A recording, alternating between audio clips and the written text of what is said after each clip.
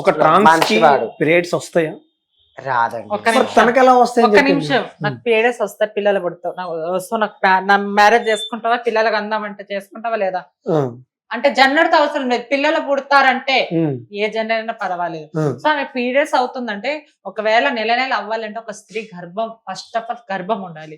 So ఆ గర్భం ఎవరికి ఇస్తారు? ఒక స్త్రీకి, మగవాడికి ఇస్తారు. నేను ఉన్న మగవాడిని ఇంకా ఉన్నప్పుడు నాకు ఏదైతే దేవుడు ఇస్తాడో నేను అది ఆపరేషన్ చేయించుకొని ఆడదానిలాగా నేను మార్పించుకున్నప్పుడు మళ్ళీ దేవుడు ఏదైతే మనం ఇచ్చినప్పుడు పోగొట్టుకున్నామో గర్భసంచి ఉంటేనే కదా నెల నెల ఏది ఏ డాక్టర్లను అడగండి, ఆ గర్భసంచి ఉంటేనే అవుతారు.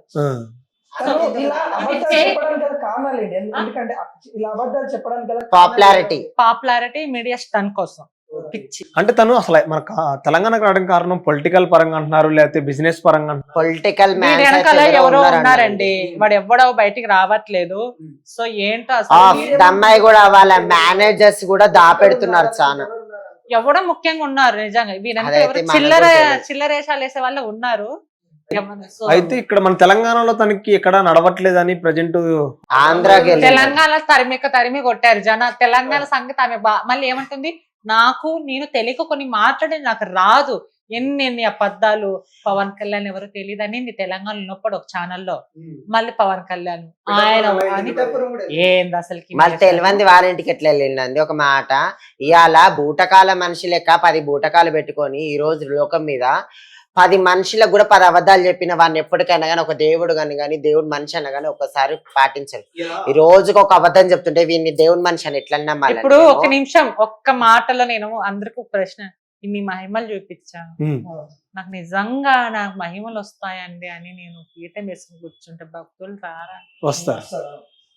వస్తారా? ఆ టాలెంట్ ఉంది మీ దగ్గర, ఆ టాలెంట్ ఉంది. కానీ ఈ టాలెంట్ నేను నా పర్సనల్ గా తీసుకోకుండా ఇది ఫేక్, నమ్మకండి అని ఎందుకు నేను ప్రజల్లో చాలా మంది గురూజీలుగా ఫోన్ చేసి శభాష్ తల్లి, ఏదైతే ఇప్పుడు ఇష్యూ నడుస్తుందో ఇలాంటి మూఢనమ్మక, నేను దయ్యం ఉంది, దేవుడు ఉన్నాడు, సో పూర్తిగా లేదని నేను అన్నాను. కానీ ఇలాంటి వేషధారణ వేసుకొని వచ్చి చేసే వాళ్ళని, డూప్లికేట్ వాళ్ళని మా కమ్యూనిటీలో కూడా మీసాలు గడ్డలు కొట్టుకొని చీర కట్టుకొని కూడా మగవాళ్ళు ఉన్నారు. సో నేను ఆమెను ఒక్కనే అనట్లేదు కదా, బాబాలను అంటున్నా, ప్రతి ఒక్కరిని అంటున్నా, మా దాంట్లో కూడా వేషాలు వేసుకునే వాళ్ళు ఉన్నారు. సో అన్ని దాంట్లో కూడా తప్పే ఉంది. ఇంకోటి, ముత్యాలమ్మ టెంపుల్ దగ్గర ఆత్మార్పణ చేసుకుంటారని తను డేటు సమయంతో సహా చెప్పింది. చచ్చిపోయాడు ఎవడైనా చెప్పిరాడు నాన్న, చనిపోయేటోడు ఎవడు చెప్పిరాడు. సరే అదే మాటకు నేను వచ్చి ఒక మాట మాట్లాడుతున్నాను. నేను ప్రళయాన్ని ఆపడానికి వస్తున్నా. వీడు పెద్ద ప్రళయం, వీడు పెద్ద శనిద్రంగాడు, వీడు నిజంగా తెలంగాణకి ఎందుకు వచ్చాడో తెలియదు. ప్రళయాన్ని ఆపడానికి మొదలే వచ్చినా అంటే మళ్ళీ ఈ సావేడికైనా అంటే మళ్ళీ చచ్చేటోడు ప్రళయాన్ని ఎట్లా ఆపుతాడంటే వీడు వచ్చి ప్రళయాన్ని చూస్తాడు. చచ్చేది ఒక ప్రళయమా? భూమికి బరువు దిగిపోయింది అనుకుంటాను వాడు చస్తే మాత్రం. నిజంగా చెప్తున్నాను. అది ఆరెంజ్ జ్యూస్ అని అంటున్నారు, మళ్ళీ ఆరెంజ్ జ్యూస్ మళ్ళీ నిజంగా పెట్రోల్. ఆడు దొంగ బాబాగాడు, దొంగ ఆరెంజ్ జ్యూస్ అంటున్నారు అందరూ. కామెంట్లలో చదవండి బాగా, మాత్రం యూట్యూబ్ లో కూడా వస్తుంది. కామెంట్స్ లో చూసి ఈమె చెప్తుంది కానీ మాకైతే తెలియదు. కామెంట్స్ లో నలుగురితో నారాయణ మేము కూడా. అంటే ఇప్పుడు టెంపుల్ దగ్గర అసలు అలాంటి చేసుకుంటారా? అలా చేయడం కరెక్ట్ అంటారా? ఒకటండి, ఇప్పుడు పిఠాపురంలో వాడే దొంగ పిఠాధిపతి ఏం కథ గురిజీ ఆయన, అసలు ఆయన పెద్ద ఏదో గాలిలో రేపు చూడబోతున్నారు, రేపు చేయబోతున్నాను, ఏం మాట్లాడే వాడు చిన్న పిల్లోడు, వాడు బాబు ఏదేదో ఇట్లా ఎంతమందిని చూడలేదు నాయన నిన్ను. దొంగ కృష్ణనాథ శాస్త్రి అనేటోడే అక్కడ లేడన్నాక ఈయనని పట్టుకొని ఇలా మాట్లాడుతుంది. అసలైన గురు కృష్ణనాథ శాస్త్రి అని చెప్పింది. అఘోరాలతో మాకు ఇంటర్వ్యూ అయిందన్న. అఘోరాలలో కూడా మన కాశీలు ఉండే ఒక ఆయన పెద్ద వ్యక్తి మనతో మాట్లాడిండు.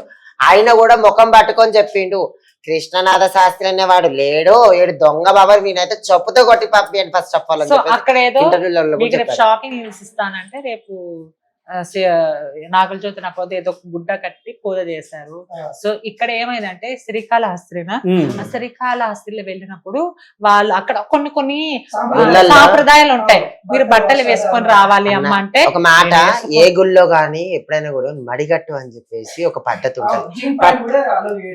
అయితే గుడికి వెళ్ళాలంటే మడి కట్టుకుని వెళ్ళాలి నాన్న. అసలు జీన్స్ ఏ గుళ్ళో కాదు, మన ఇంట్లో కేరళలో అనంత పద్మస్వామి గుడికి పోయి దర్శనం చేసుకురాపో మనం.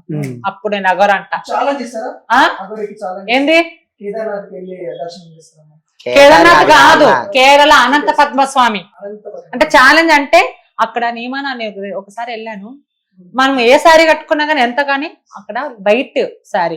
సో మన దగ్గర వైట్ లేకపోతే వైట్ పంచ్ ఉంటది. స్త్రీలను 50 రూపీస్ కట్టుకుని అక్కడ ఒక్కొక్క చోట ధర్మం ఉంటది. అమ్మ మీరు కొంచెం బట్టలు, నన్ను బట్టలు వేసుకురామంటావు, ఏంది మీది ఆపుకుంటావా? అది అఘోర కాదు, వాడు ఒక వాడు ట్రాన్స్జెండర్ పౌరు. ఏం చూసుకుంటావా? పోలీసుల ముందు ఏం చేసుకుంటావు? నేను కట్టుకున్నాని దబా దబా దబా దబా దబా దబా పెట్రోల్ పోసుకుంటే బెదిరిస్తున్నాడు వీడు. చట్టాలు ఏం చేస్తున్నాయి, పోలీసులు ఏం చేస్తున్నారు, ప్రభుత్వాలు ఏం చేస్తున్నారు, మనుషులు ఏం చేస్తున్నారు? మళ్ళీ వీళ్ళంతా హైలైట్ ఈ గవర్నమెంట్ మాత్రం చాలా మొక్కుతున్నాము.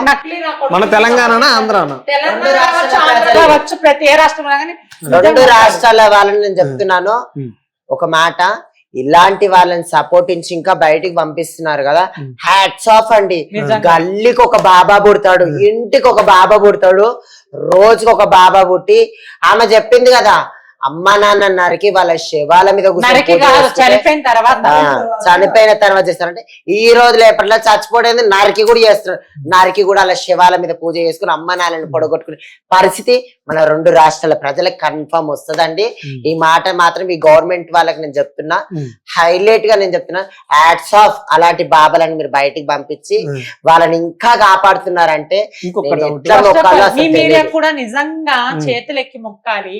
కొంతమంది నిజంగా అది మళ్ళీ అది వేస్ట్ అని కూడా ఆమెనే లైవ్, ఆమెనే ఇంటర్వ్యూ చేస్తున్నారు. అంటే పిల్లలని రేప్ చేసి చంపేస్తున్నారు, పిల్లలు ధ్వంసం చేసుకుంటున్నారు, ఇంత అన్యాయాలు జరుగుతున్నాయి.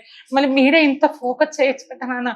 ఎవడో వేస్ట్ గాడు, వాడు తగ్గినాడా తుమ్మినాడా వాడు ఏడ్చినాడా, ఇవన్నీ అవసరమా? మన ఆంధ్ర తెలంగాణ ఇన్ని సమస్యలు ఉన్నాయి, ఎవరికి లేవు నాన్న. పొద్దున లేగానే ఇంటి కిరాయి ఎట్లా కట్టుకోవాలి, రూమ్ రెంట్ కట్టుకోవాలి మీకుండదా? పొద్దున లేగానే మా జీవనాధారం ఏం చేయాలి ఏం కాదు మాకుండదా? పొద్దున లేగానే ఆడపిల్ల ఎవడు ఏం చేస్తున్నారు భయం ఉండదా? ఈ సమస్యలు ఇన్ని సమస్యలు మనకుండగా మధ్యలో ముత్యాలమ్మ టెంపుల్ ధ్వంసం చేసిన వాడిని శిక్ష పడేటట్లు చూడుకోకుండా మళ్ళీ అది మర్చిపోయేటట్లు చేసి ఈ టాపిక్ అవసరమా? నేను చాలా అంటే చాలా బాధపడుతున్నాను నిజంగా. రేవంత్ రెడ్డి గారు నిజంగా, చంద్రబాబు నాయుడు గారు నిజంగా మీరు ఏం చేస్తున్నారు? ఇలాంటి వాళ్ళని మీరు యాక్సెప్ట్ చేయకండి ప్లీజ్. మీకు మొక్కుతాను, దయచేసి మొక్కుతాను.